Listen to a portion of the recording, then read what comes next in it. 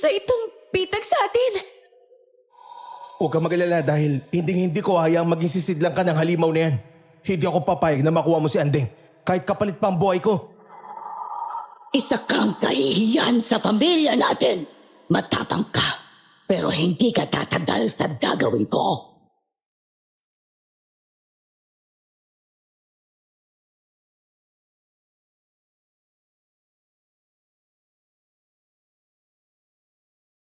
Minsan, sa buhay natin, kailangan nating pumili. Ang pamilyang umampon, nagpalaki at nag-aruga sa'yo, o ang babaeng sa una, hindi mo balak mahalin, pero kalaunay, nahulog na rin ang loob mo sa kanya. Ang hirap mamili sa pagitan ng pamilya at pag-ibig. Para sa inyo, ano nga ba ang mananaig? Para maunawaan niyo ang lahat. Ako si Orlando at ito ang aking kwento. Bago ko simulan ng storya, huwag kalimutang mag-subscribe bilang suporta sa ating channel. Orlando!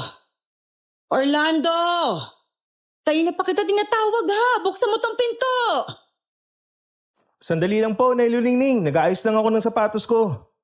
10 minuto ka nang nag-aayos dyan ah. Ano yung sapatos mo? Santo? Ayaw lang po sumunod ng sintas sa akin. Para may sariling buhay eh. Hindi ko maayos-ayos. Ilalagay ko na lang ulit to sa box niya. Baka ang sintas pa ang nagrereklamo niyan sa'yo. Naiinis na yan sa kabagalan mo. Halika na, pinapatawag ka ni Nanay Remedyo sa sala. Ho? Sa ganitong oras ng gabi? Oo, at kapag pinaghintay mo pa siya ng matagal, baka pati ako madamay sa sermon niya sa'yo kaya bilisan mo na. Bakit naman niya ako pinatawag? Baka naman gusto lang niya akong kamustahin. Kung gusto ka lang niyang kamustahin, ipagpapabukas niya pa yan. Pero dahil ngayong gabi ka niya ipinatawag, may importante yata kayong pag-uusapan. Parang hindi maganda yung tono mo na yan. May problema ho ba? Ang lola mo na ang nagsasabi niyan sa'yo, kaya bilisan mo na bago pa siya mainip kakahintay sa'yo.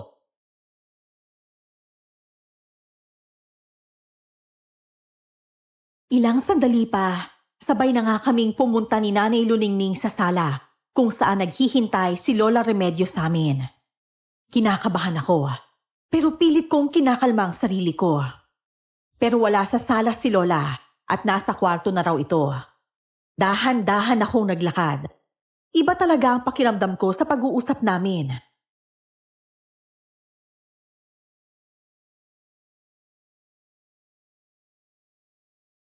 Orlando, pumasok ka na rito. Kanina ka pa hinihintay ng lola mo. At sana naman pakinggan mo siya ha. Wala akong balak ulitin ang bawat salita buong gabi anak.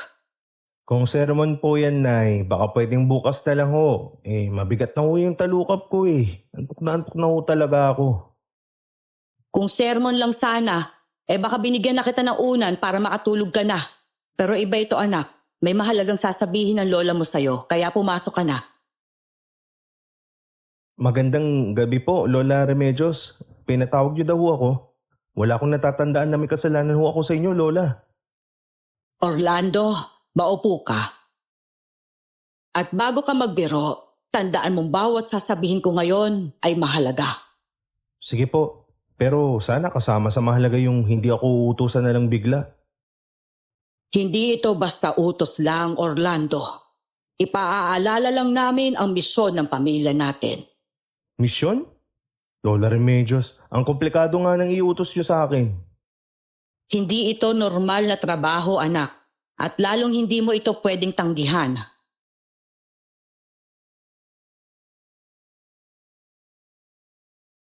Pagkapasok ko sa silid, amoy ko kaagad ang matapang na mga halamang gamot na sinusunog ni Lola. Luma at mabigat ang hangin dito. Tipong kahit bukas ang bintana, parang walang sariwang hangin na pumapasok.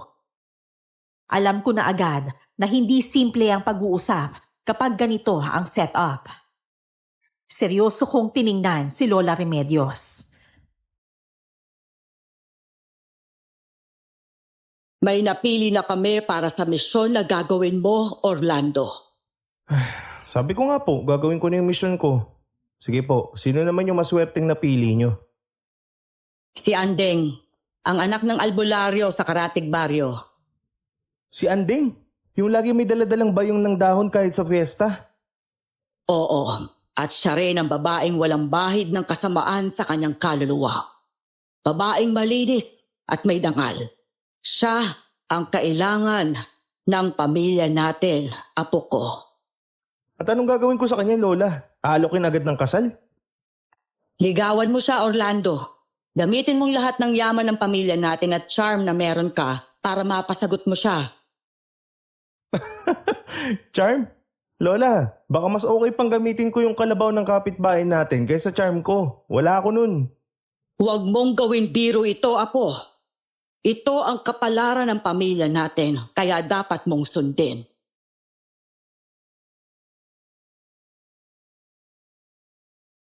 Si Andeng, ang babaeng minsang tumulong sa akin nung matapilok ako sa bundok.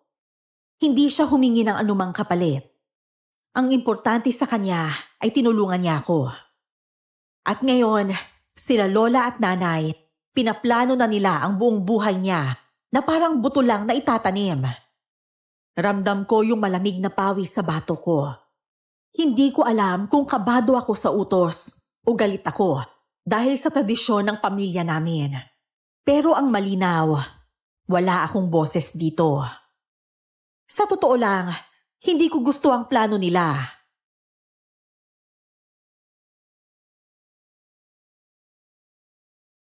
Paano kung ayaw niya sa akin kahit na anong gawin ko? Gawan mo ng paraan para hindi siya makatanggi sa panliligaw mo sa kanya, anak. Kailangan natin siya bago pa mawala ang lola mo. Tama ang nanay mo. Hindi ka pwedeng pumalpak sa misyon mo. Gawin mong lahat ng paraan para hindi siya makahindi sa'yo, Orlando. Paano kung matunugan niya na may ibang dahilan kung bakit ko siya niligawan? Kaya nga galingan mo, Orlando. Kailangan maging kaakit-akit ka, mabait, at bigyan mo ng mga alahas. Pati tatay, ligawan mo para hindi na makatanggi pa sa'yo. Sige ho, gagawin ko ang lahat ng paraan para makuha ko ang loob niya. Salamat, iho. Pinasaya mo ako ngayon. Alam mo naman ang kalagayan ko, hindi ba? Kailangan ko na si Andeng sa lalong madaling panahon. Lola, hindi ba pwedeng ibang babae na lang? Hindi pwede, anak. Si Andeng lang ang para sa'yo, Orlando, ha?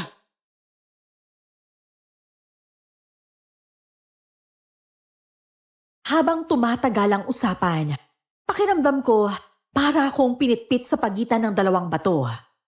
Sa kaliwa, si Lola Remedios. Mahigpit at walang sinasanto kapag tradisyon na ang pinag-uusapan. Sa kanan, si Nanay Luningning. Mahal ako, pero mas mahal ang tradisyon ng pamilya. Nakakatawa, kasi kahit na gusto ko lang ng tahimik na buhay, bigla na lang akong naging bida sa kwentong hindi ko pinili. At ngayon, kailangan kong magpanggap na manliligaw. Kahit alam kong baka masira ang buhay ng taong lalapitan ko. Pero wala akong magawa dahil yun na ang nakatadhana para sa akin.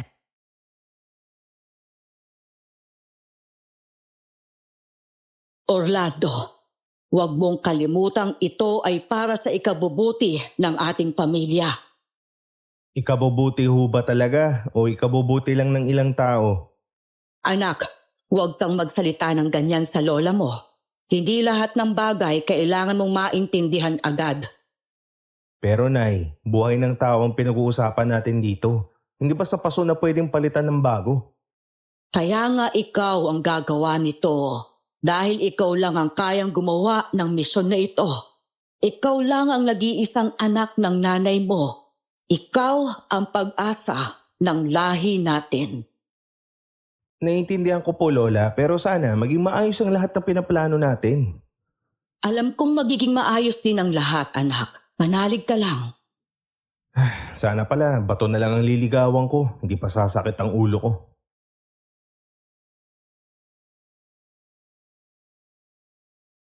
Sa huli, Wala akong nagawa, kundi tumango na lang at sumang-ayon sa kanilang gusto.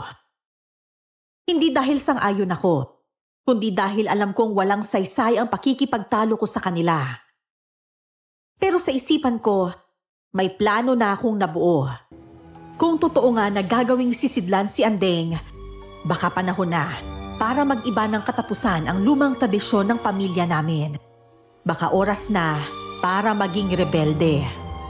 Hindi para sirain ang pamilya, kundi para iligtas ang taong hindi nila kayang makita bilang tao, kundi bilang sisidlan lang ng isang bato na kumakain ng kaluluwa. Kinaumagahan nga, handa na ang mga gamit ko para sa pag-alis papunta sa kabilang baryo.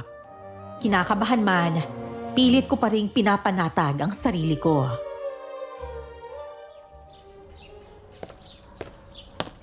Huwag mong kalimutang gamitin ang tamang salita sa kanila. Kapag naghinala sila, masasayang lahat ng paghahanda natin. Naiintindihan ko po, Lola, pero sana lang hindi ganito kabigat ang dala ko. Para kasing ayaw niya na akong pabalikin dito eh. Ang bigat pala ng obligasyon ko sa batong yun. Tapon na lang kaya natin. Anak, huwag ka magbiro tungkol sa bato. Alam mong hindi biro ito sa pamilya natin. Tradisyon ito. At may dahilan kung bakit sinusunod natin yon mula pa sa mga ninuno natin. Eh kung mali yung dahilan, Nay, baka oras na para alamin kung tradisyon ba talaga o kasalanan ito na pinagpasapasahan ng panahon. Huwag mong isali ang kasalanan sa usapan.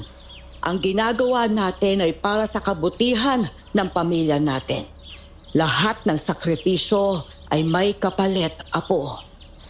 Paano kung yung kapalit ay buhay ng isang inosente? Tingin nyo ba worth it pa rin ang ginawa natin? Ay, kung hindi mo kaya, sabihin mo lang. Pero huwag mong sisirain ang tradisyon natin. Wala akong balak na sirain ang tradisyon ng pamilya natin. Kundi gusto ko lang ho sanang itama.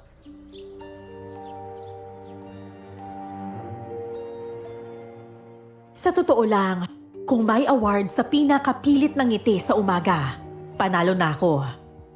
Pinilit kong magmukhang payapa kahit kumukulo na yung sikmura ko sa inis at kaba. Hindi kasi simpleng ligaw lang ang gagawin ko. May kasamang misyon, may kasamang panlilinlang. At alam ko, sa oras na tumapak ako sa kabilang baryo, magsisimula na yung parte ng kwento kung saan mahirap nang umatras.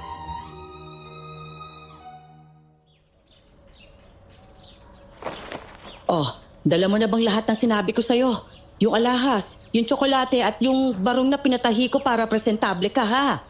Nay, parang mas marami pa akong bitbit kaysa sa isang balikbayan. Baka pag nakita ako ni Anding, isipin niya magpo-propose na agad ako sa kanya. Mas mabuti na yung handa ka. Mas mabilis, mas maganda. Hindi na natin kailangan pang patagalin ang lahat. Hindi naman kasi isda si Anding na basta mo lang uhulihin. Tao siya. May damdamin siya katulad ko. Alam namin yan, anak. Pero may misyon ka. Tandaan mo, ikaw lang ang pag-asa ng pamilya natin. Oo na, pero pag-asa nga ba ako ng pamilya o baka ako ang pain sa laro ng matatanda? Huwag mong insultuhin ang pinagdaanan ng lahi natin, Orlando. Hindi mo pa alam ang lahat. Eh sana, sinabi niyo sa akin para alam ko, Lola. Pero wala na akong magagawa, di ba? Kailangan kong gawin ang gusto niyo para sa pamilyang to. Alis na ako, Nay. Lola, mag-iingat ho kayo dito. Mag-iingat ka rin, anak, ha? Habang umaandar ang jeep papunta sa kabilang baryo, hawak ko ang kahon ng alahas na parang bomba. Alam kong sa oras na buksan ko to sa harap ni Andeng, magsisimula na ang misyon ko. Pero may parte sa akin na umaasang baka hindi ko siya kailangang galawin. Baka may paraan para masira ang plano bago pa man ito magsimula. Makalipas ang ilang oras ng biyahe, nakarating na rin ako sa wakas. Ngayon nga, nasa harapan na ako ng bahay ni Andeng. Magkakilala na kami dati dahil siya ang tumulong sa akin sa bundok nang mapilayan ako. Nakita ko si Mang Ismael, ang tatay ni Andeng. Agad ko siyang nilapitan.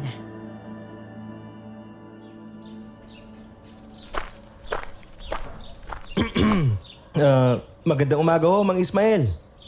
Ikaw ba yan, Orlando? Opo, Mang Ismael. At dumalo po ako para makita si Andeng. Makita? O baka naman may ibang pake ka sa anak ko ha, Orlando? Gusto ko po kasi siyang mas makilala pa. Wala naman po akong ibang dala kundi konting pasalubong. Talaga bang pasalubong yan ha? Sa tingin ko kasi suhol yan. Kilala ang pamilya nyo sa inyong baryo. Tsaka ang mga mayayaman mahilig manuhol. Pasalubong po talaga to, Mang Ismael. Kung suhol po to, dapat po kayo muna ang una kong bigyan, tama? Magaling ka rin sumagot ha. Pero tandaan mo, anak ko si Andeng. Hindi siya nabibili ng ginto o ano pa mang material na bagay, iho. Alam ko naman ho yan. Tsaka po, hindi ginto ang puhunan ko kundi puso.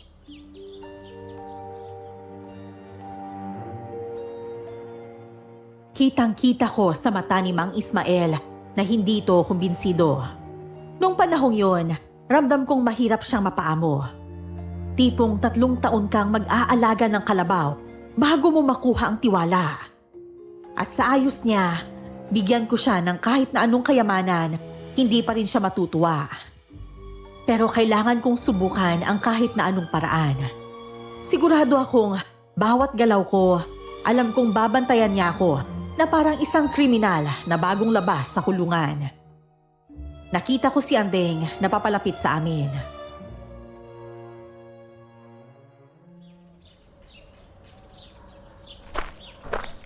Oh, magandang araw, Orlando. O ano yung ginagawa mo rito? May dala ka pang bag. Naglayas ka ba sa inyo? Magandang araw rin, Andeng. Pasensya na sa istorbo ha. Tsaka hindi ako naglaya sa amin. Nandito ako para manligaw sa'yo.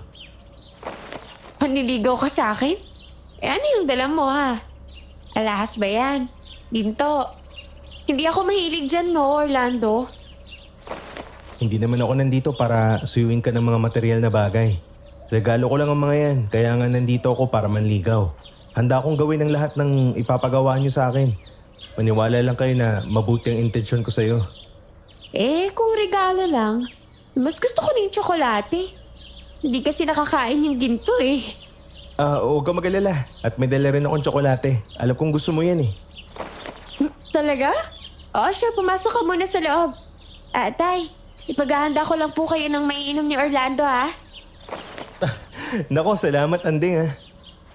Nakaisa ka ngayon dahil sa tsokolating yan. Pero hindi ka makakaligtas sa akin, Orlando.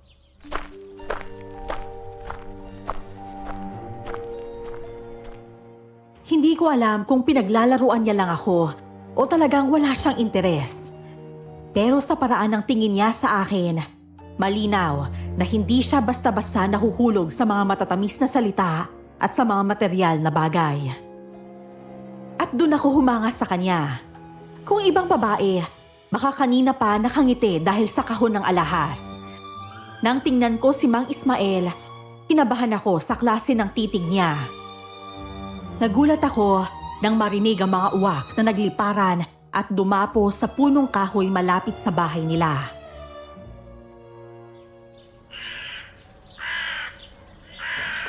Kanina pa may uwak na paikot-ikot dito ah. Para may binabantayan. Nakakapagtaka lang. Siguro po naamoy nila yung tsokolate na dala ko kaya paikot-ikot dito sa inyo. Hindi biro to, Orlando.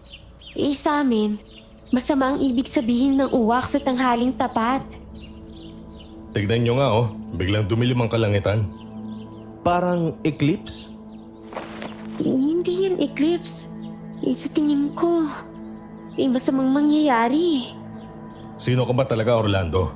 Baka ikaw ang sinusundan ng mga uwak na yan. Isa lang akong binata na gustong manligaw kay Andeng. Wala ko talaga akong kinalaman dyan. Biglang bumigat ang hangin. Ang mga uwak nagsilabasan mula sa kung saan. Parang itim na alon na nagliparan sa ere. At sa gitna ng dilim, ramdam ko yung kakaibang titig ni Mang Ismael. Mas lumalim ang kutob niya sa akin. Sigurado siyang may tinatago ako. At para bang sa sandaling yon, alam niyang tama ang kanyang pakiramdam. Nakapasok na kami sa loob ng kanilang bahay at nagtimpla ng native na kape si Andeng.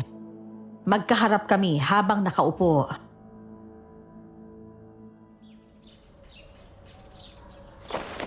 Hoy, Orlando. Sigurado ka bang wala kang tinatago sa amin, ha?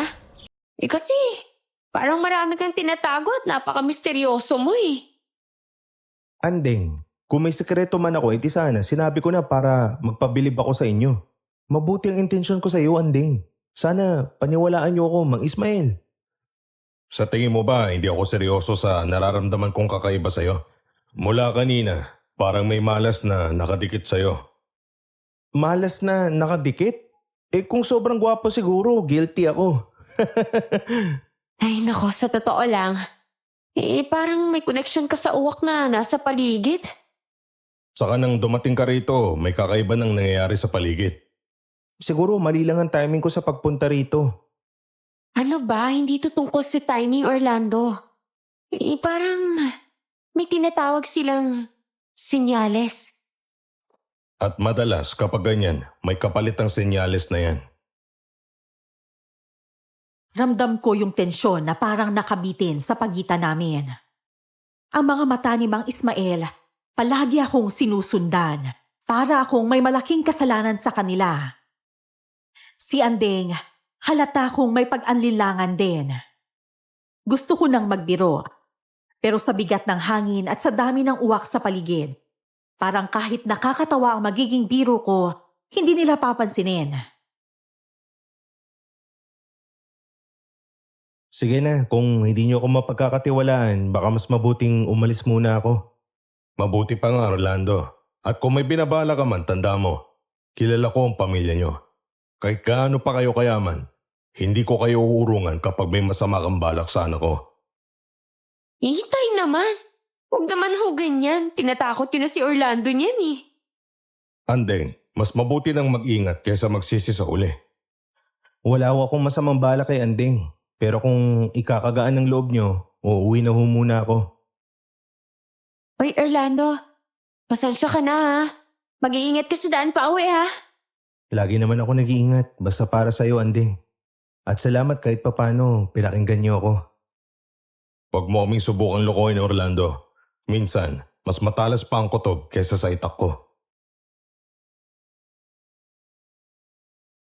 Hindi ko alam kung masama ang loob ko o mas nalulungkot ako. Umalis akong dala-dala ang bigat ng tingin ni Mang Ismael. At sa likod ng isip ko, may bumubulong na katanungan. Kung bakit nga ba biglang dumilim? At bakit sa tuwing nasa paligid ako, may kakaibang nangyayari? Kailangan ko ring pakiusapan si Lola Remedios na huwag pinasusunod sa akin ang mga alaga niyang uwak. Ngayon nga, nasa bahay na ako. Mag-isang nakaupo sa hardin at malalim na nag-iisip.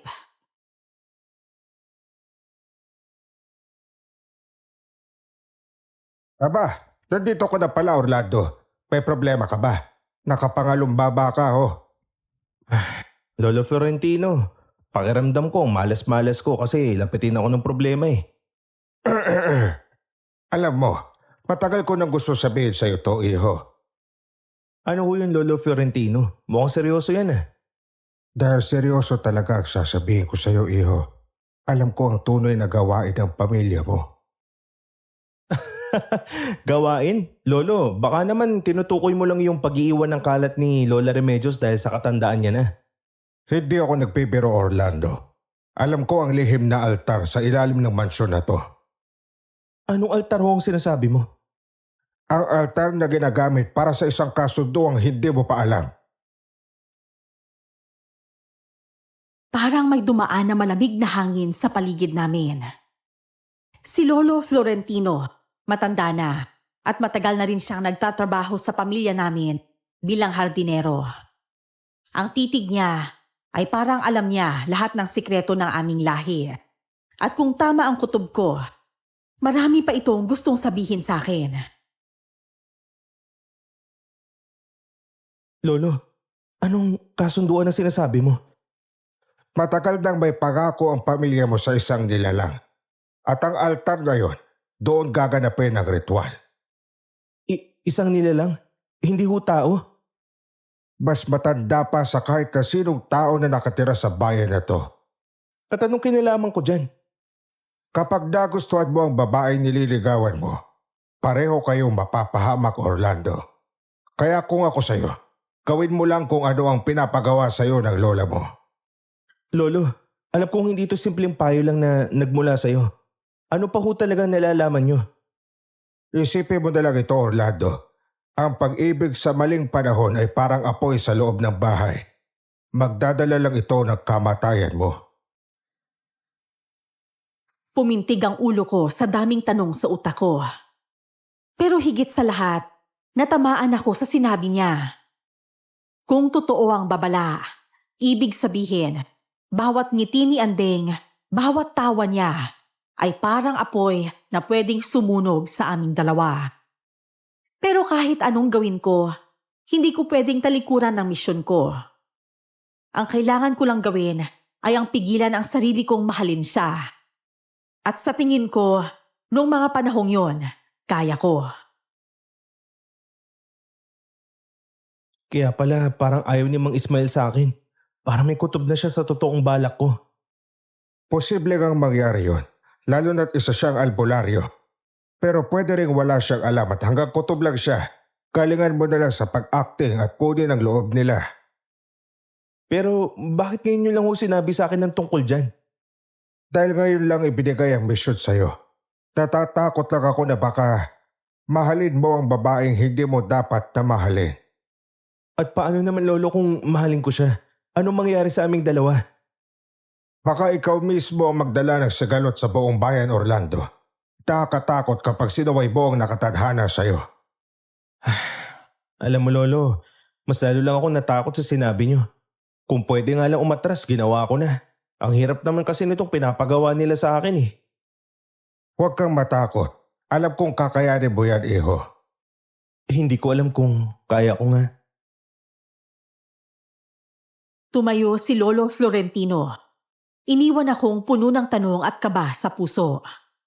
Sa hardin ng mansyon, tila mas malamig ang hangin kesa dati. Sa isip ko, paulit-ulit ang babala niya. At sa puso ko, paulit-ulit ko ring naririnig ang pangalan ni Andeng. Nakausap ko na nga si Lola Remedios na huwag akong pasundan sa mga alaga niyang uwak at pumayag naman ito. Kinabukasan, nagpunta na ulit ako sa bahay ni Andeng para manligaw. Nadatnan ko siya na may ginagawa.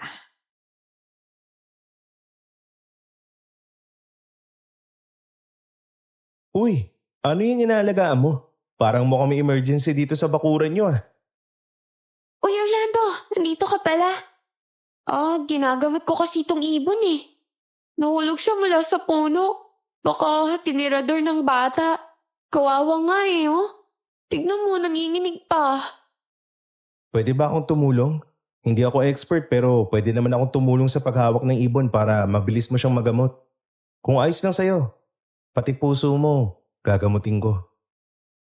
Ewan ko sa'yo. Pero sige, hawakan mo na muna to ng maayos. Kukunin ko muna yung malinis na tela. Sige. Wow, ang gaan pala ng ibon. Siguro kapag humawak ka ng ibon araw-araw, baka pati mga problema mo gumaan. Ganun ba? Baka naman, hindi problema ang gusto mong gumaan. Baka pati ang bigat mo. Ikaw marunong ka ng mang-asar. Pero seryoso, magaling ka pala mag-alaga. Sana ako rin alagaan mo. Hindi naman ako magaling, no? Kung kaya mo namang gamutin, bakit mo pa iiwang sugatan, di ba? Tsaka, wala ka namang sakit para alagaan ko. Biro lang. Pero sana kung magkasakit ako, alagaan mo ako.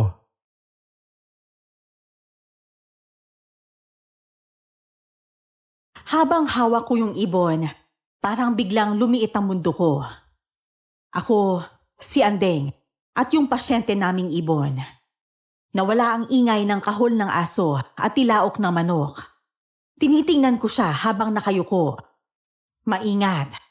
Parang kahit hangin ay ayaw niyang makasakit sa ibon. Doon ko unang naramdaman na hindi lang pala siya basta magandang dalaga sa baryo. Siya yung tipong hindi mo gugustuhing mawala sa buhay mo.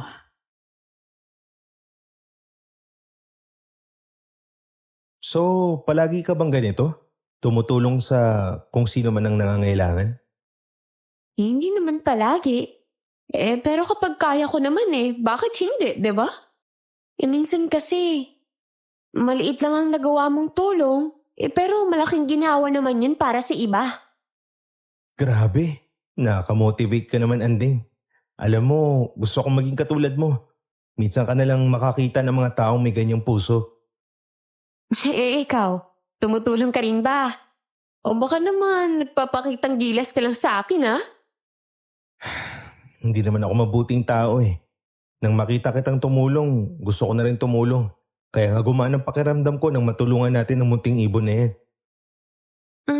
Sa tingin ko, hindi ka naman masama eh.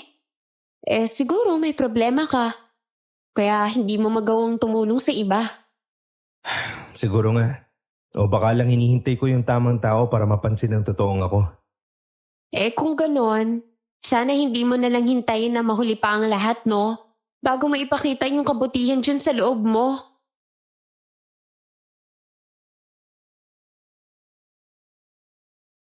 Sa mga salitang binitawan niya, biglang gumaan ang pakiramdam ko. Hindi ko alam kung ako lang ang nag-iisip, pero parang may ibig sabihin yung tono niya. Mas lalo tuloy akong na-curious sa kanya. Gusto kong magtanong ng mga personal, pero alam kong kailangan kong dahan-dahanin. Ayoko kasing masira agad ang tiwala na unti-unti kong binubuo.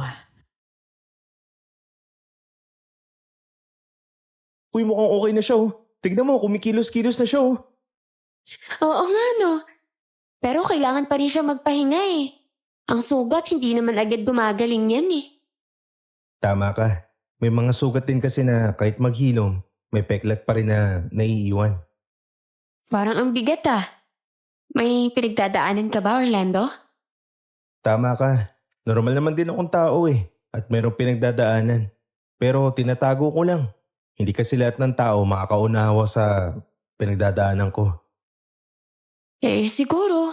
Kailangan mo lang ng taong pakikinggan ka. At nandiyan para sa'yo, Orlando. Sana mahanap pa yung taong yun, no? Nahanap ko na ang taong yon. Kaya sana ngayon, swertehin naman ako at pansinin niya. Baka naman hindi lang swerte ang kailangan mo. Baka lakas ng loob din. Yung tingin niya sa akin noon, hindi ko makalimutan.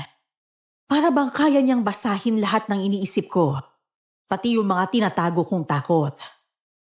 At habang lumalalim ang usapan namin, mas lalong bumibigat sa akin ang babala ni Lolo Florentino. Pero paano kung mali siya? Paano kung minsan mas mabuting suwayin ang tadhana kung masaya ka? Yun ang mga tanong sa isipan ko. Salamat sa oras mo, Andeng. Kung di ako nagpunta rito, buong araw ko sanang iisipin ng mga walang kwentang bagay. Naku, walang anuman, no? At saka, minsan kailangan mo rin ng kausap para ma-realize na hindi pala ganun kabigat ang mundo. Pero minsan rin, kailangan mo mag-ingat kung sino ang pinapapasok mo sa mundo mo. Baka kasi mahirapan ka ng paalisin. Tama ka rin dyan. Pero paano mo naman kasi malalaman kung karapat-dapat ba sila? Kung di mo naman susubukan. May point ka din. Pero pag akong pumasok sa mundo nila ng labasan pa, panghabang buhay na sana. Hindi naman kasi perpekto lahat ng tao, no? Kaya dapat handa ka rin masugatan. Siguro nga. At kung masugatan man ako, sana katulad nitong ibon. May mag-aalaga sa akin hanggang sa gumaling ako. Kung gusto mo, pwede naman kitang alagaan eh. Kaya huwag ka na mag-alala.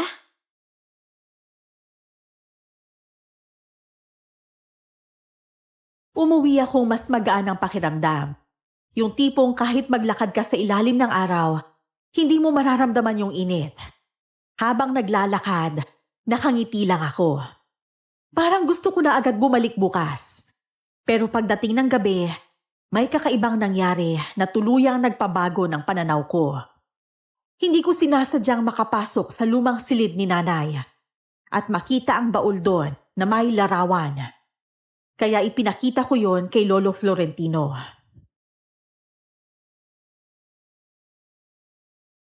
Kanina sa lumang silid ni Nanay Luningning tong baul. Binuksan ko na po, kaya pasensya na. Hindi ko napigilan ang curiosity ko eh. Anong nakita mo sa bowl na yan, iho? Larawan ng babae. Pero lolo, medyo kamukha ni Anding eh. Pero yung sa larawan, may pulang mata at pakpak. Iho, siya ang unang sisidlan ng bato ng Tiango. Mahigit 50 taon na ang nakalilipas. Si Sidlan, gusto mong sabihin siya ang... Hindi siya ordinaryong babae. At kung tama ang hinala ko, kailangan maging katulad ng babae yan ng bagong sisidlan. Lolo, ibig sabihin ba nito nasa panganib siya ngayon? Oo, at mas delikado ka kung mahuhulog ang loob mo sa kanya. Parang bumagsak ang mundo ko sa mga narinig ko. Kanina lang, iniisip kong baka mali si Lolo Florentino sa babala niya. Pero ngayon, mas lalo lang nagulo ang isip ko. Paano kung tama siya? Paano kung bawat ngiti ni Andeng ay isang bitag at ako na mismo ang tumatakbo papunta sa kanya? Lolo, kung sakaling totoo yung hinala mo, anong gagawin ko? Hindi naman ako pwedeng umiwas sa kanya, lalo na ngayon na kailangan kong kunin ang loob niya. Hindi mo kailangan magmadali, iho. Pero tandaan mo, ang puso, pag masyado mong hinayaan, mas mabilis pa sa utak magdesisyon. At minsan, yun ang nagdadala sa atin sa kapahamakan. Pero lolo, hindi ko maikakaila na mabait si Andeng. Wala naman ako nakikitang masama sa kanya. Kaya nga siya ang pinili, di ba? Bakit, iho? Tingin mo ba lahat ng babait ay walang tinatagong lihim?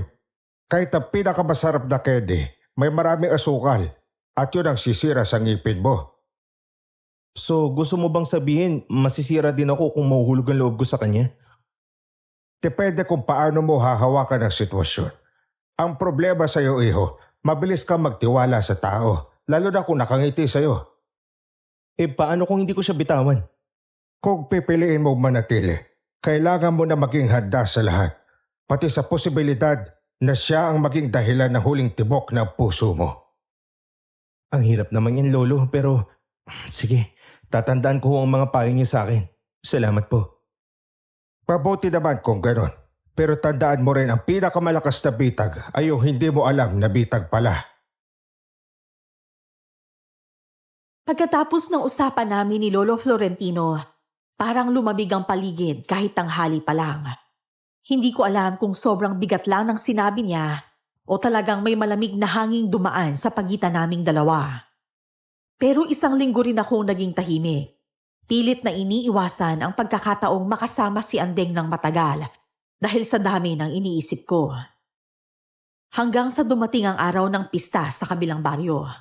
Isang okasyong magbibigay sa amin ng kasiyahan para pansamantala naming makalimutan ang mga problema. Binisita ko nga si Andeng sa bahay nila para ayaing magpunta sa sayawan. Nakita ko si Mang Ismael, kaya nilapitan ko ito. Mang Ismael, pwede ko bang isama si Andeng sa pista sa may parke? May sayawan nga pala sa pista mamaya. Alam mo naman, Orlando, ayokong basta-basta umaalis ang anak ko. Lalo na hindi ako ang kasama. Opo, kaya nga po ipagpapaalam ko muna sa inyo. Gusto ko lang po siyang makasama kahit sandali lang po. Sige, pero may kondisyon ako, iho. Ano po yung kondisyon nyo? Sibakin mo muna yung mga kahoy sa may likod. Pag natapos mo bago lumubog ang araw, pwede mong isama ang anak ko. Sige ho, kaya ko yan ngayon tapusin. Eh di mas maganda. Mapapakita mo pa na hindi ka lang puro salita. Pwede ka na magsimula. Sige po Mang Ismael, basta sa pista isasama ko si Andeng sa sayawan ha. Oo na, basta ayusin mo lang ang trabaho mo ha.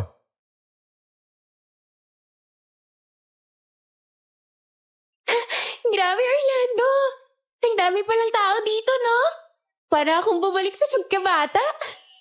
Oo nga eh, tsaka minsan lang magpista dito. Sayang naman kung palalampasin natin to. Alam mo, hindi ko akalain na mahilig ka pala sa ganito. Eh, akala ko kasi dati, tahimik ka lang eh. Yung tipong hindi marunong sumayaw. Uy, marunong akong sumayaw Andeng. Pero minsan, mas magaling akong kumanta kaysa ang sumayaw. Tsaka mas masarap manood na lang ng sayawan. Aba, mahilig ka rin palang manood ah. Baka naman mga babae ang pinapanood mo at hindi pagsasayaw. Depende sa tanawin. Pero ngayon, hindi na ako makahinga sa tanawing nasa harap ko. Ay naku, kung ganyan ka magsalita, baka isipin ko tuloy sanay ka naman bola ng babae. Huwag ako Orlando ah. Hindi kita binobola, Anding. Totoong sinasabi ko sa'yo. Ay, sige na nga. Pero huwag mo akong sanayin sa ganyan ha. Baka hanap-hanapin ko na yan eh. Tara na nga.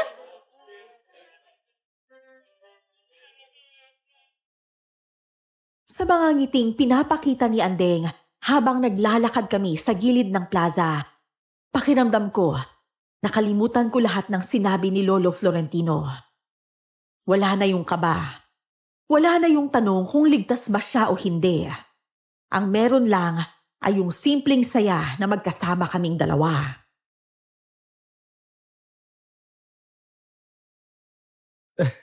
Gusto mo bang subukan yung putukan ng lobo? Hala. Hindi naman ako magaling dyan eh. Baka pagtawanan mo lang ako eh. Eh di ako nalang magpapaputok para sa'yo. Kung manalo tayo, sa'yo yung premyo. Teka, bakit parang ako lang ang nakikinabang dito? Dapat tayong dalawa, no? Kasi ikaw naman talagang dahilan kung bakit ko gustong manalo. Para maibigay ko sa'yo yung premyo. Sige, excited na ako sa premyo. Yan ang gusto ko sa'yo. Kaya humanda ka na sa magiging premyo mo.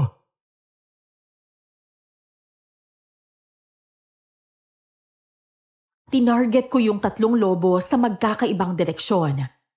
Unang tira, tumama agad. Pangalawa, pumutok ulit. Pangatlo, pasok ulit. Nakuha namin yung maliit na stuffed toy at ibinigay ko kay Andeng. Parang bata siya na tuwang-tuwa. Hawak-hawak yung premyo habang nakangiti sa akin. Doon ko naramdaman ang sayang dala ng mga ganitong sandali.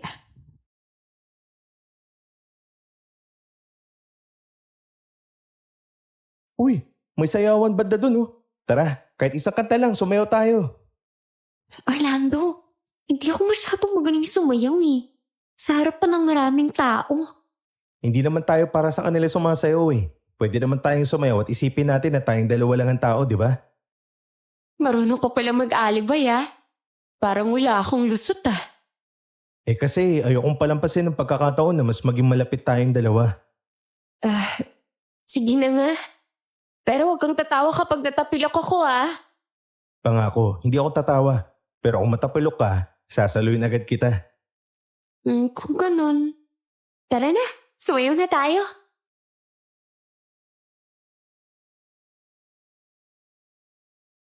Habang sumasabay kami sa tugtog, hindi ko na iniisip kung tama ba ito o mali.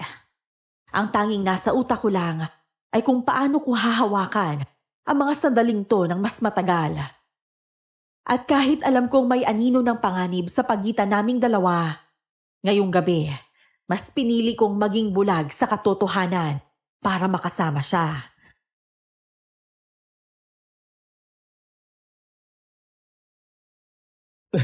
Ang galing mo palang sumayaw habang nakahawak ka sa kamay ko. Parang sanay na sanay ka na. Ay, huwag mo nga akong bulahin dyan no. Hindi ako marunong sumayaw. Ikaw nga ang magaling magturo sa akin no. Kung magaling man ako dahil nasa tamang tao ako. At paano mo naman nasabi na ako ang tamang tao para sa'yo ha? Simple lang. Kasi kahit may libo-libong tao rito, ikaw lang ang malinaw sa paningin ko. Hala, ganyan ka pala mambola ha. Dinadaan mo na naman ako sa mga banat mo eh. Hindi banat yan. Totoo lahat ng sinasabi ko sa'yo. Mas okay nang sabihin ko ngayon kaysa magsisi ako na hindi ko kaagad sinabi ang nararamdaman ko sa'yo. Ay, kung ganyan ka ng ganyan. Baka mahulog ako sa'yo nang hindi ko namamalayan. Eh di ayos, para sabay tayong mahulog sa isa't isa. Hindi ko alam kung sinasadya ba ni Andeng na gawing roller coaster ang bawat minuto kasama siya. Pero ang totoo, para akong lumulutang sa alapaap Nung mga panahong yon, lahat ng ingay sa paligid hindi ko na narinig. Ang liwanag ng buwan parang nakatutok lang sa kanya. At kahit alam kong bawat sandali ay pwede kaming mapahamak, wala na akong pakialam. Gusto ko lang na manatili rito kasama siya. Kahit saglit, gusto ko ring kalimutan kung sino ako at kung bakit ako nandito.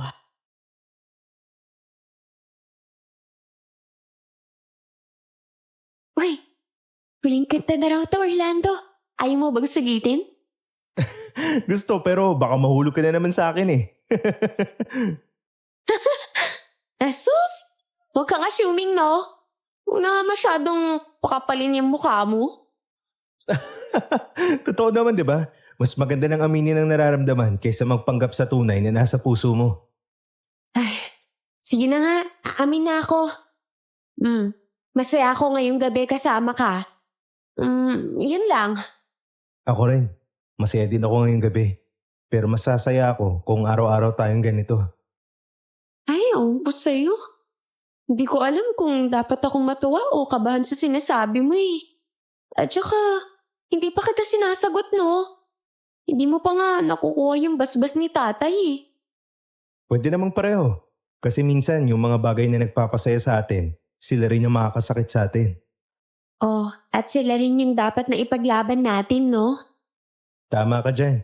Kaya sige, sulitin na natin ang huling tugtog.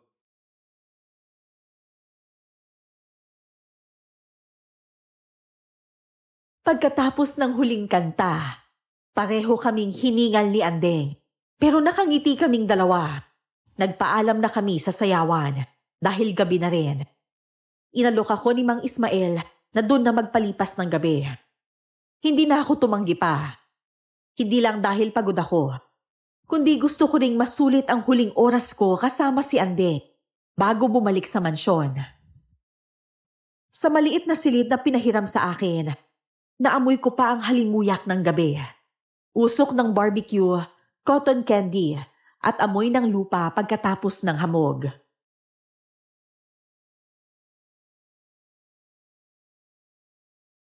Andeng, bukas maaga akong alis. Baka hindi mo na ako abutan kapag nagising ka. Oh, bakit ang aga mo namang umalis?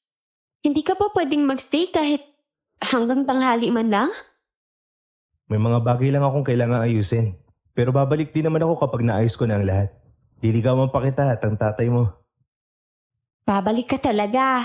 Baka naman puro salita ka lang dyan, ah. Oo, promise. Kahit habulin pa ako ng buong barangay, babalik talaga ako. Huwag naman buong barangay. Pero sige, tatandaan ko yan at aasahan kita, ha? Palagi mo rin yakapin tong stuffed toy na binigay ko sa'yo. Kahit wala ako sa tabi mo, parang kasama mo pa rin ako. Ano yan? May kaluluwa ka dito sa laruang to? Wala naman pero nandyan ang alaala ko sa laruang yan. Basta bagay. Basta mag-iingat ka bukas, ha?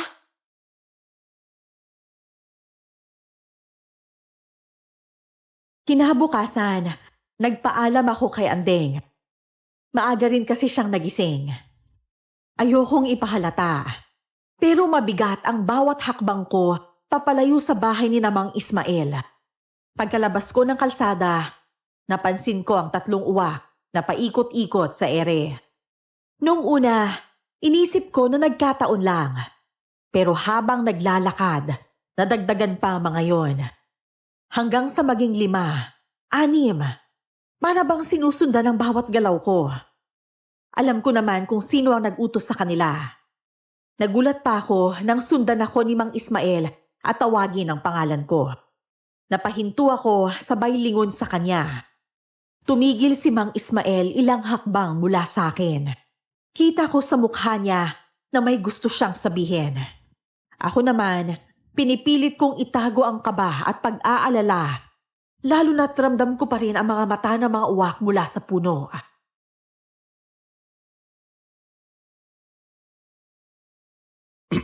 Orlando, teka lang. May kailangan tayong pag-usapan bago ka tuluyang umalis. Gusto ko lang linawin ang lahat sa'yo. Ano ho yan, Mang Ismael? May ginawa ho ba akong mali kagabi? Kung meron man ho, sabihin nyo lang at ayusin ko ho agad. Hindi. Wala ka namang ginawang mali eh. Pero may nararamdaman akong kakaiba sa'yo. Lalo na sa paraan ng tingin mo kay Andeng. At bilang ama, gusto kong malinawan. Kung tungkol po sa anak niyo, oo, may gusto ko kay Anding. Kaya nga po gusto ko siyang ligawan eh. Hindi ko po tinatago ang nararamdaman ko para sa kanya. Pero handa akong gawin ang lahat para patunayan sa inyo na seryoso ako sa anak niyo. Kung talagang seryoso ka, dapat alam mo na hindi madali ang pinasok mo, ang pagmamahal. Lalo na sa anak ko. Hindi basta hinihingi lang kundi pinaghihirapan. Hindi pwedeng puro salita lang, Orlando. Gusto ko rin makita ang gagawin at sakripisyo mo. Alam ko po, Mang Ismael. Kahit pa ilang taon ang abutin, basta makita niyo lang na karapat-dapat ako para sa anak niyo, gagawin ko. Hindi ko minamadali si Andeng, Mang Ismael. Gusto ko ang pananaw mo, Iho. Pero tandaan mo, may mga mata at tenga ang lugar na ito. Maraming magtatanong, marami ring susubok sa'yo. Handa ka ba talaga? Handa po. Hindi lang sa mga tao, kahit sa mga pagsubok na hindi ko pa nasusubukan, kakayanin ko. Basta ang mahalaga, may ipakita kong pagiging totoo ko sa anak niyo. Isa pa, hindi ko basta ibibigay si Andeng sa isang lalaking hindi ko pa lubos na kilala. Kaya gusto kong makita mo muna kung gaano kahirap ang buhay namin dito. Hindi tayo magkatulad ng katayuan sa buhay, Iho. Kung kailangan ko maranasan ang hirap na nararanasan niyo, walang problema po sa akin. Ang mahalaga, makita niyo na kaya kong alagaan si Andeng. Hindi lang basta kaya, Orlando. Kailangan buo ang loob mo. Dahil kapag dumating ang oras na subukin kayo, hindi lang puso ang kailangan mo, pati lakas ng loob sa pagdedesisyon. Kung ganun, ano pong gusto niyo ipagawa sa akin? Sabihin niyo lang po at hindi ako magdadalawang isip na gawin yun. Magtrabaho ka muna rito sa baryo. Maraming gawain na pwede mong gawin sa bukid, sa bahay, pati sa mga kapitbahay. Gusto kong makita kung paano ka makitungo sa lahat. Kung yun lang po ang hinihingi niyo, tinatanggap ko po, Mang Ismael. Hindi lang ito pagsubok, kundi bilang pagpapakita ng respeto sa inyo at sa lugar na to. Magaling, Iho. Sa tingin ko may pag-asa kang magustuhan kita. Kaya simula ngayon, pwede ka nang manligaw kay Andeng. Salamat po. Salamat, Mang Ismael. Hindi kayo magsisisi sa desisyon niyo. Magpapaalam na po muna ako. Ihanda ko muna ang sarili ko. Bukas po, babalik ako dito. Aasahan ko yan, Iho.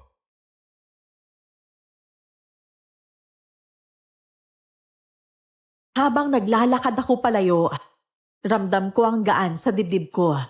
Kahit alam kong hindi madali para sa akin sa mga susunod na araw. Tiningnan ko ang puno. Naroon pa rin ang mga uwak. Pero para bang masaya din sila kasama ako.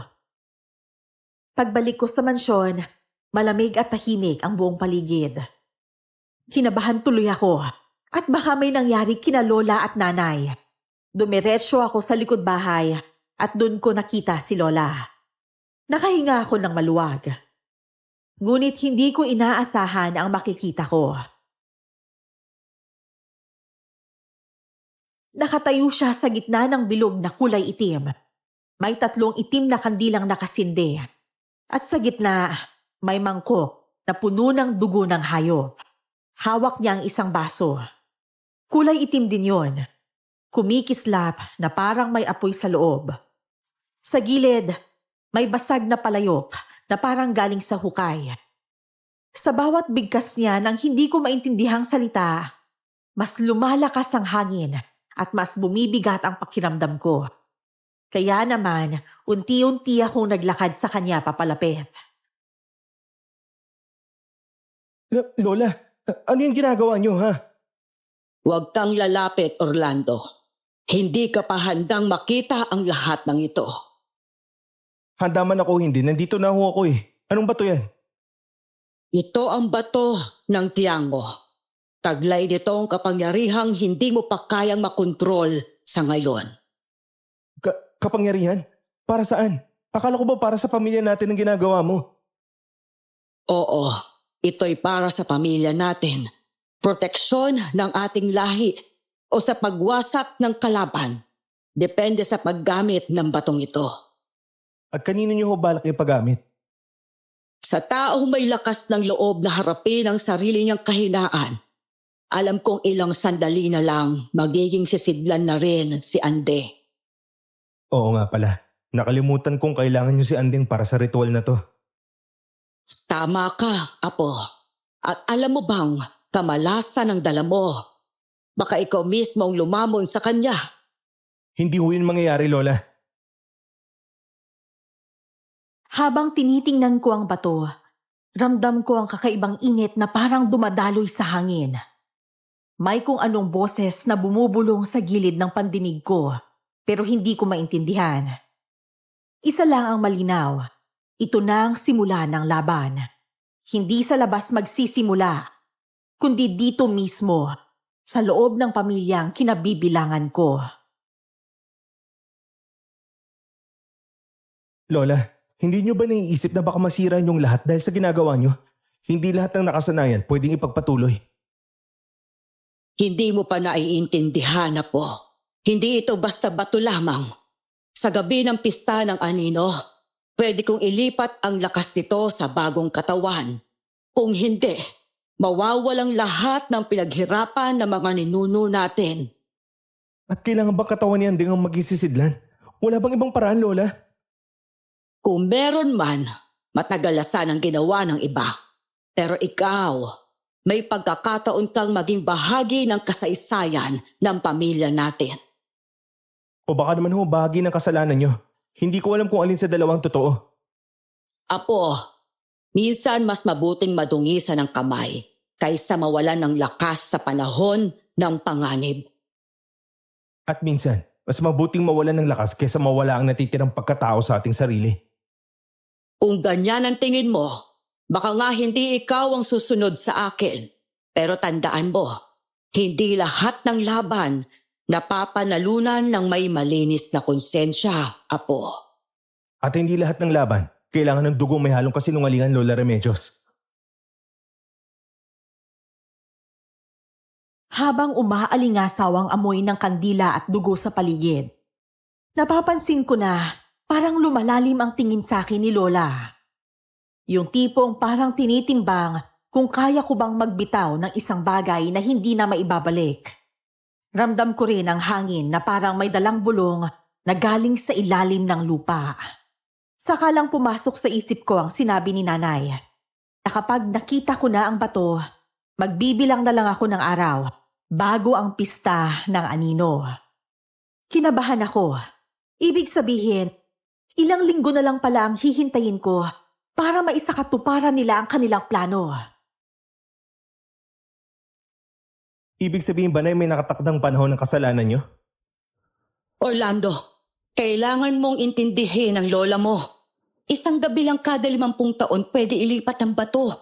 Kapag lumagpas, maghihintay na naman ng 50 taon. Kaya hindi dapat maputol sa atin ang tradisyon ng pamilya. Bakit si Andeng pa? Bakit hindi ibang tao, Nay? O bakit hindi pwedeng ako? Anak, huwag mo sanang gawin ito sa amin. Kung hindi natin gagawin ang tradisyon, baka tayong sunod na lamunin ng mga nilalang na hinahabol ang lahi natin mula pa noon. Alam ko ang mission ko, Nay. Pero hindi ko maintindihan. Bakit kailangan pa natin gumamit ng mga inosenteng tao? Dahil siya ang babaeng malinis ang puso na kailangan sa ritual. Noon pa lang alam mo na yan, anak. Kaya dapat mo na siyang dalhin dito sa mansyon natin. Liligawan para ipahamak? Parang nilagyan mo ng lason yung asukal at ipapainom mo sa akin. Kung ayaw mo siyang masaktan, mas mabuti pang bilisan mo na ang panliligaw sa kanya at dalhin mo na siya dito. O baka tungkol lang to sa sinong mangikinabang at sinong mabibiktima? Tama ho ba, Nay? Orlando, hindi ito simpleng usapan ng tama o mali. Ito ay tungkol sa sino ang mabubuhay at sino ang mawawala. Sa tono ng boses ni Nanay, alam kong wala na akong aasahang pagbabago sa isip niya. Ang masakit, siya ang tanging taong itinuring kong nanay. Pero ngayon, parang isa na lang siyang tauhan sa mas malaking laro na gusto kong iwanan. Hindi ko alam kung mas mabigat ang galit ko o ang lungkot ko. Pero malinaw sa akin na kailangan kong gumawa ng paraan para mailayo si Andeng bago pa man dumating ang gabi ng pista ng anino. Kaya kinabukasan, agad akong nagpunta sa kanila. Nakita ko siyang nagkakape, kaya agad ko siyang nilapitan.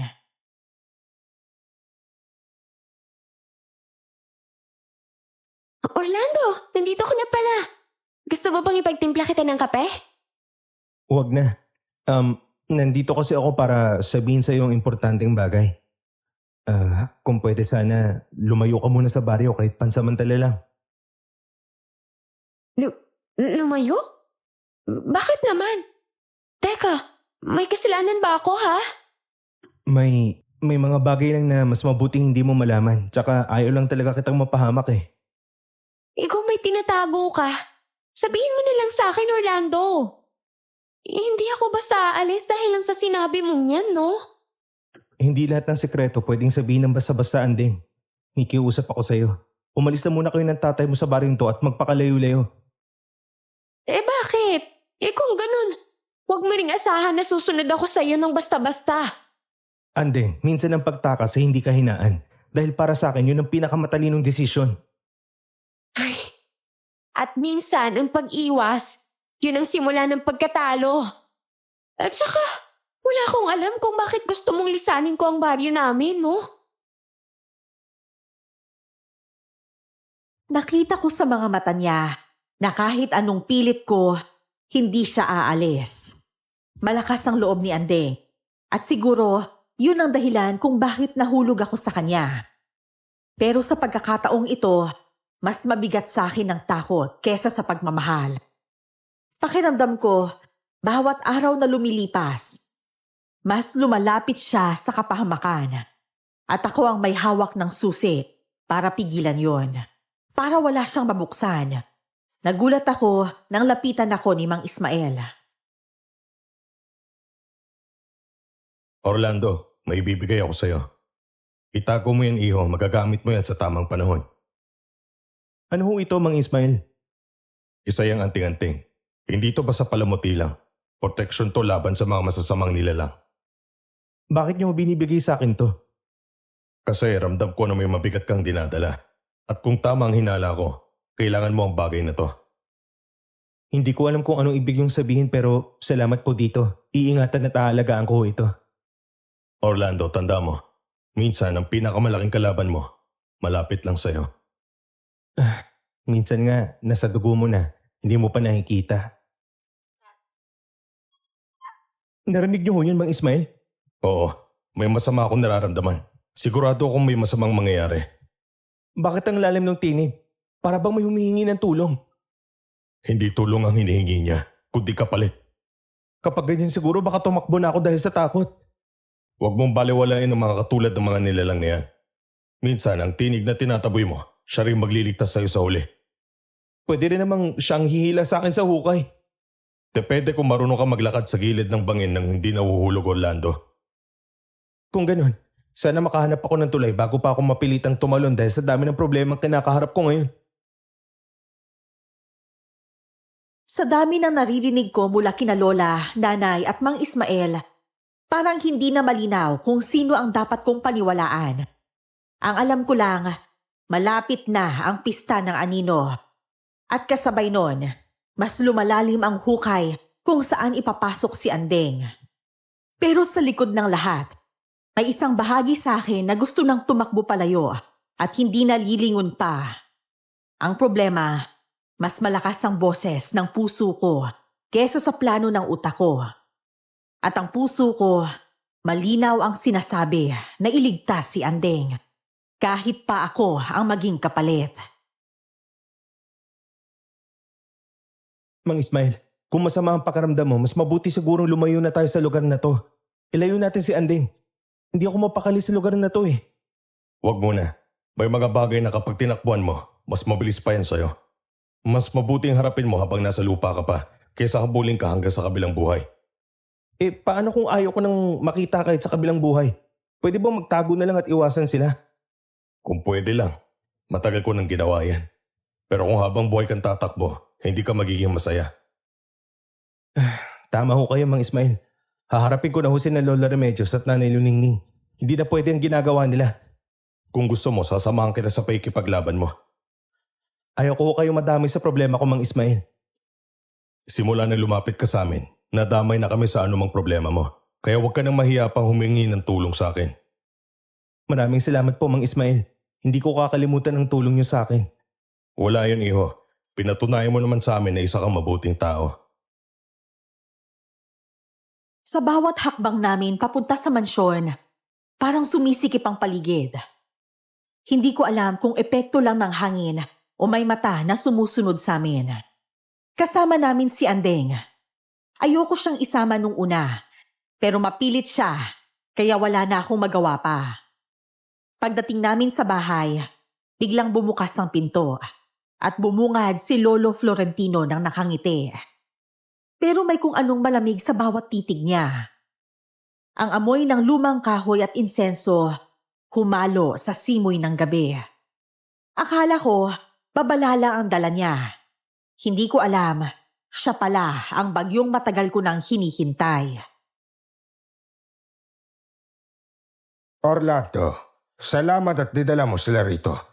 Mas magiging mabilis ang lahat para sa amin. Anong ibig mo sabihin, Lolo? Akala ko gusto mong iligtas ko si Andeng sa gagawin sa kanya ni Lola.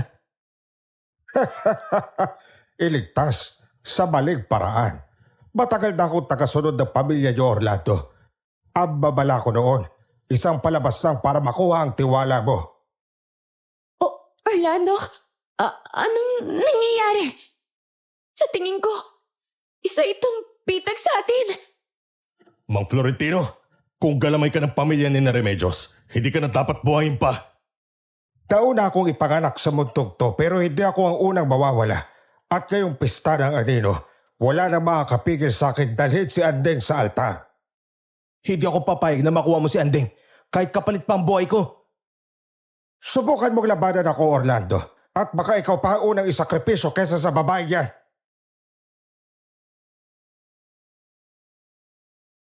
Galit na galit ako, hanggang sa sumapit na nga ang pista ng anino. Unti-unting nagbago ang paligid ng mansyon.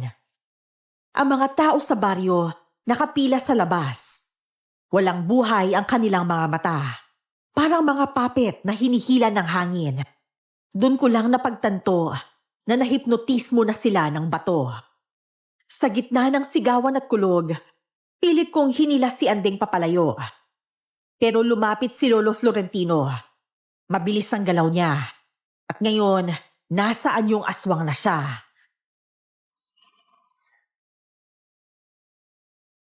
Andeng, humawa ka lang sa akin. Huwag mong bibitawan ang kamay ko. Sabay tayong tatakbo sa pagbilang ko ng 3.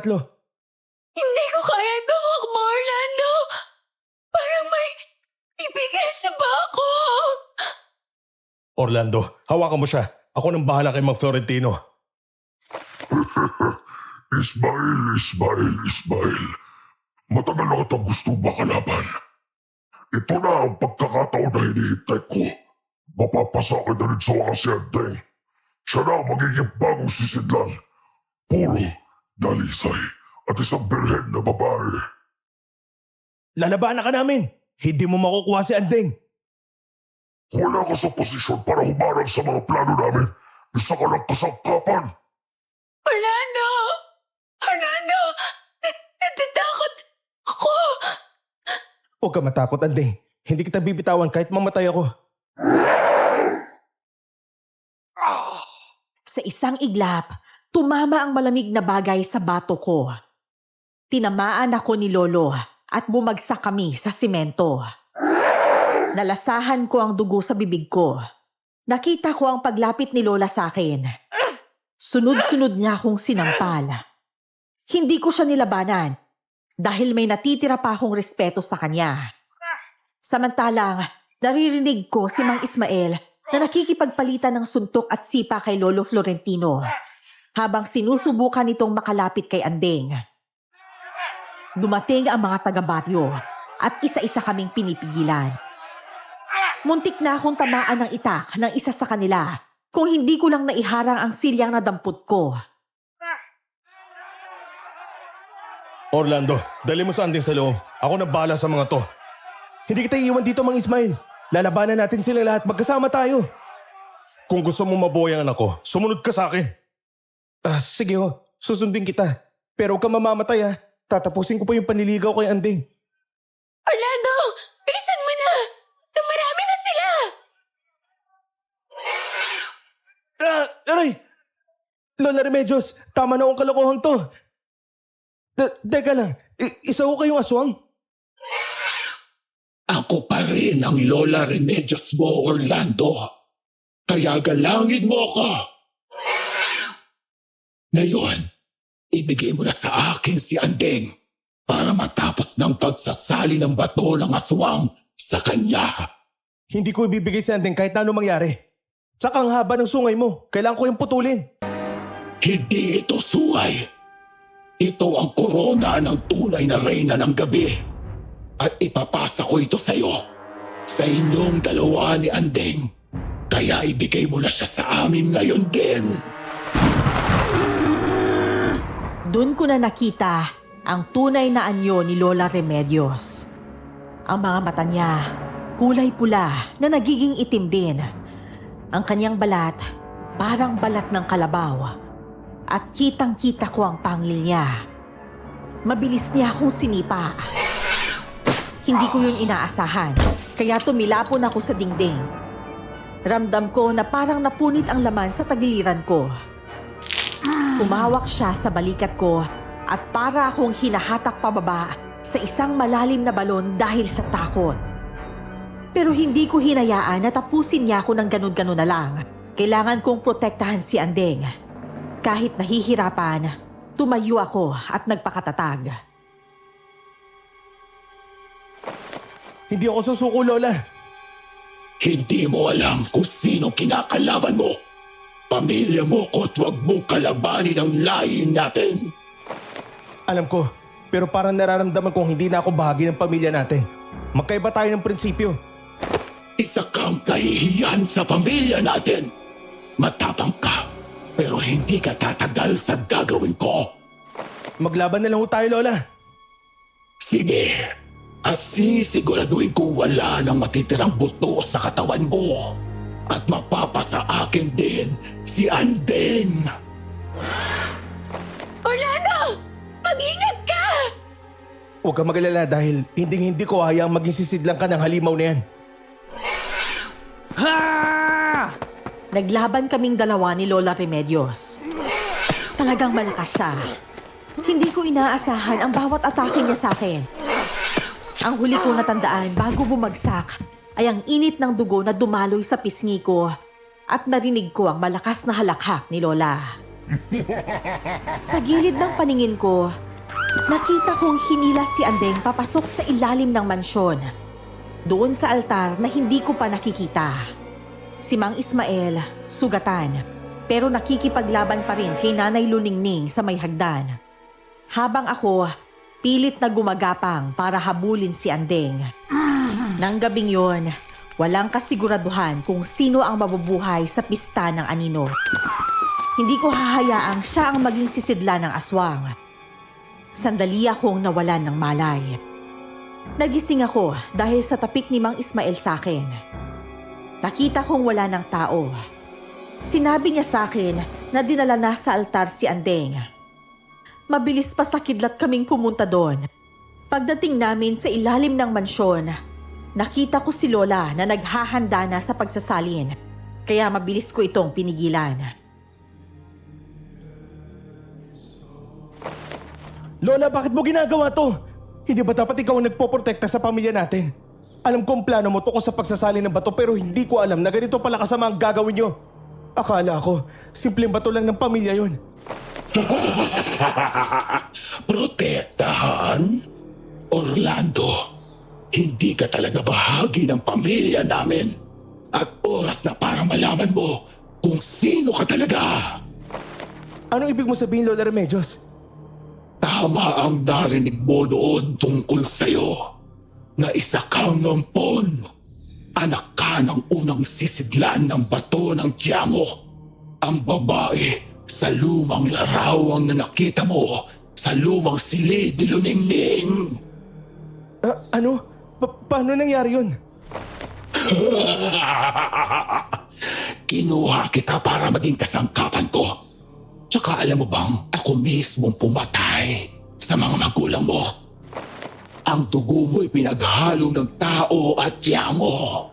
Kaya ikaw ang reserbang sisidlan kung pumalpak ang paglipat kay Andeng ng bato ng aswang. Kung ganun, hindi na ako magdadalong isip na patayin kayo. Hindi pala kita totoong pamilya. Ipaghihiganti ko ang mga magulang ko. Maghihiganti ka?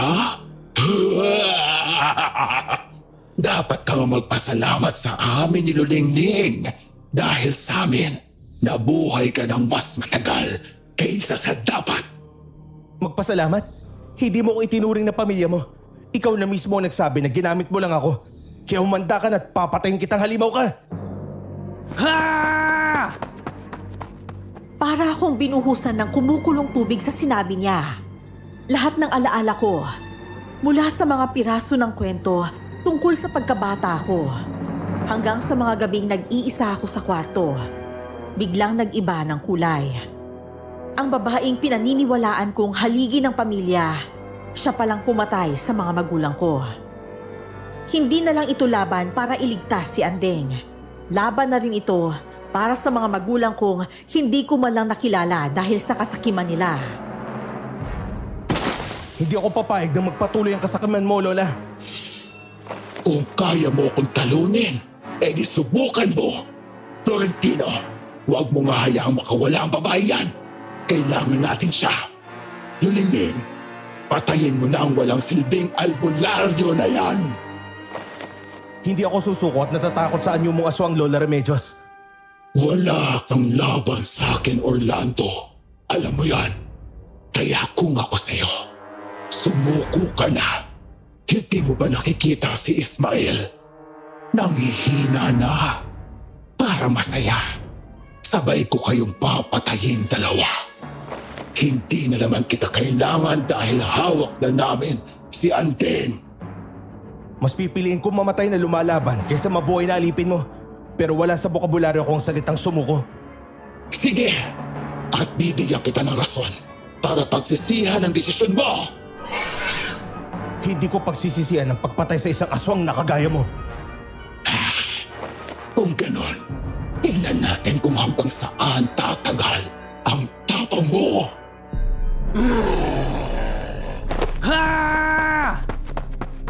Nagpatuloy ang laban namin ni Lola sa loob ng silid na ginawang altar. Lumalagapak ang bawat suntok niya sa akin at parang gumuguho ang paligid sa lakas ng bawat atake niya. Ang mga dingding nababalot ng anino mula sa apoy ng mga sulo. Sa isang gilid, naririnig ko si Mang Ismael at Nanay. Nagsasagutan habang nagpapalitan ng atake gamit ang kanilang mga sandata.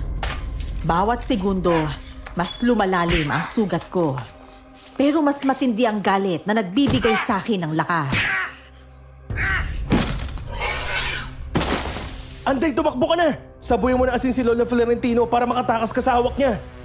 Hindi ko kayang iwan kayo ni tatay dito! Orlando, huwag kang maglala sa akin. Tapusin mo na si Lola Remedios ngayon na. Andeng, labanan mo si Mang Florentino. Alam kong kaya mo siya.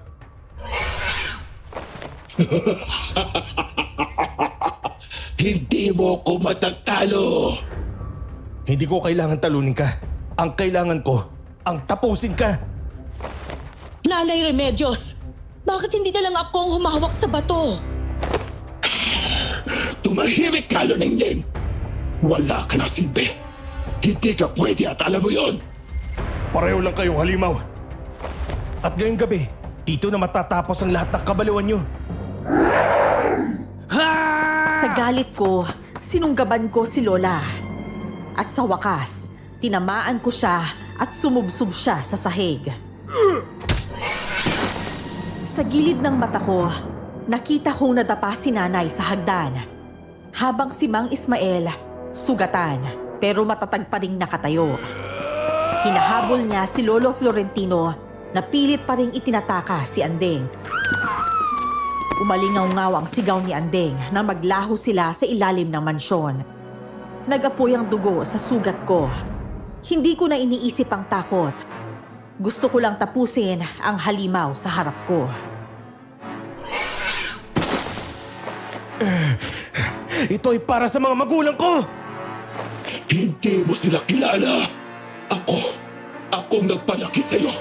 kaya dapat mo akong sundin. Alam ko mahal nila ako. Pero pinatay mo sila bago ko pa sila makilala. Ang sama mo! Manahimik ka! Wala kang utang na loob! Mas gugustuhin ko pang mamatay na may dugo ng mga magulang ko kaysa mabuhay na katulad mo. Utang na loob. Wala akong utang na loob sa'yo.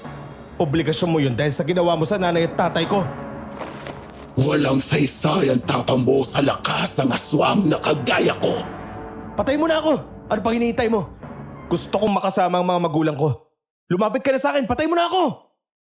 Kung yan ang gusto mo, pagbibigyan kita. Pero hindi ako magpapatalo sa kanya. Sinabi ko lang yon para lapitan niya ako. Nang atakihin niya ako, mabilis ko siyang itinulak sa pader na may nakausling sibat. Tumagos yun sa katawan niya. Narinig ko ang huling hininga niya. Isang huni ng halimaw na nawala ng lakas. Samantalang si Mang Ismael ay nakatayo sa ibabaw ni nanay, duguan at wala ng buhay.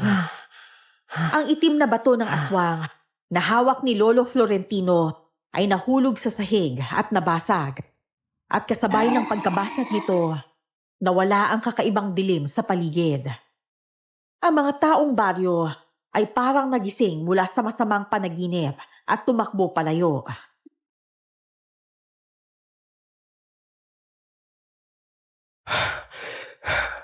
Tapos na Mang Ismael. Wala na rin sa wakas sa mga halimaw.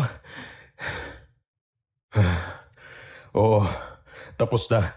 Dahil may kabayaran ang lahat ng kasamaan sa mundo. Orlando! Buhay ka! Salamat sa Diyos! Hindi ako mamamatay, Andeng. Gusto pa kitang makasama sa habang buhay. Akala ko, mawawala ka na sa akin eh. Salamat sa Diyos at ligtas tayong lahat. Kung hindi dahil sa dugo mong may lahing tiyango, hindi ka tatagal sa laban yun ni Lola Remedios. Siguro nga. Pero ayokong isipin na yun lang ang dahilan. Ang mahalaga, hindi ako halimaw. Teka, ano bang ibig mong sabihin?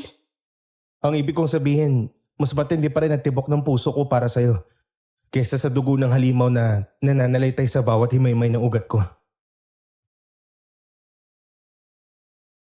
Lumabas kami ng mansyon habang naglalaho ang usok sa paligid. Ang katahimikan ng gabi ay tila ba humihinga kasama namin. Ang lahat ng ito nagsimula sa isang tinig ng uwak na parang babae at nagtapos sa pagbagsak ng mga halimaw na matagal nang humahawak sa bayan. Sa puso ko, dala ko pa rin ang bigat ng revelasyong anak ako ng unang sisidlan. Pero higit sa lahat, dala ko rin ang paniniwalang may hangganan ang dilim. At minsan, ang mismong dugo na minamaliit mo, siya ring tatapos sa sumpa. Pagkalabas namin, halos sabay na bumagsak ang buong altar. Ang liwanag mula sa loob ng mansyon, unti-unting naglaho, kasabay ng sumpang matagal nang nakagapo sa pamilya. Huminga ako ng malalim. Malinis na hangin. Walang halimuyak ng dugo o abo ng kasamaan. Nasa tabi ko sina Andeng at Mang Ismael. At sa unang pagkakataon, wala na akong takot na nararamdaman.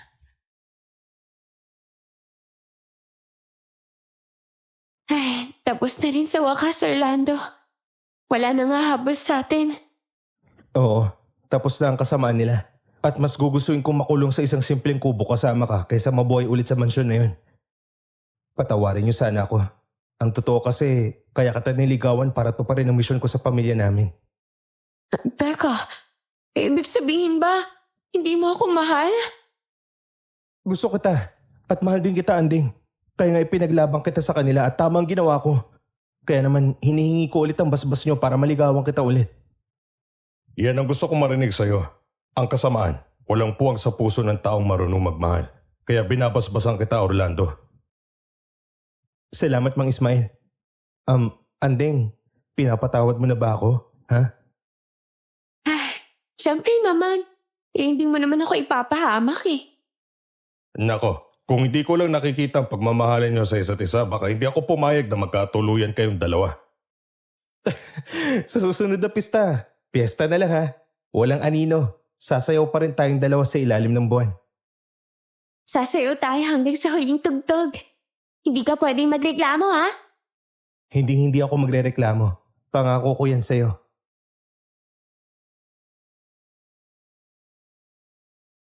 Lumipas ang mga buwan. Iniwan namin ang mansyon at namuhay sa bahay ni Namang Ismael. Simple lang ang buhay namin. Nagtatanim sa umaga, magluluto sa hapon, at magkukwentuhan sa gabi. Wala nang boses ng uwak. Wala nang mga matang nagmamasid sa dilim. Sa wakas, natutunan kong ang tunay na lakas hindi galing sa bato o anting-anting, kundi sa pusong marunong magmahal at magpatawad.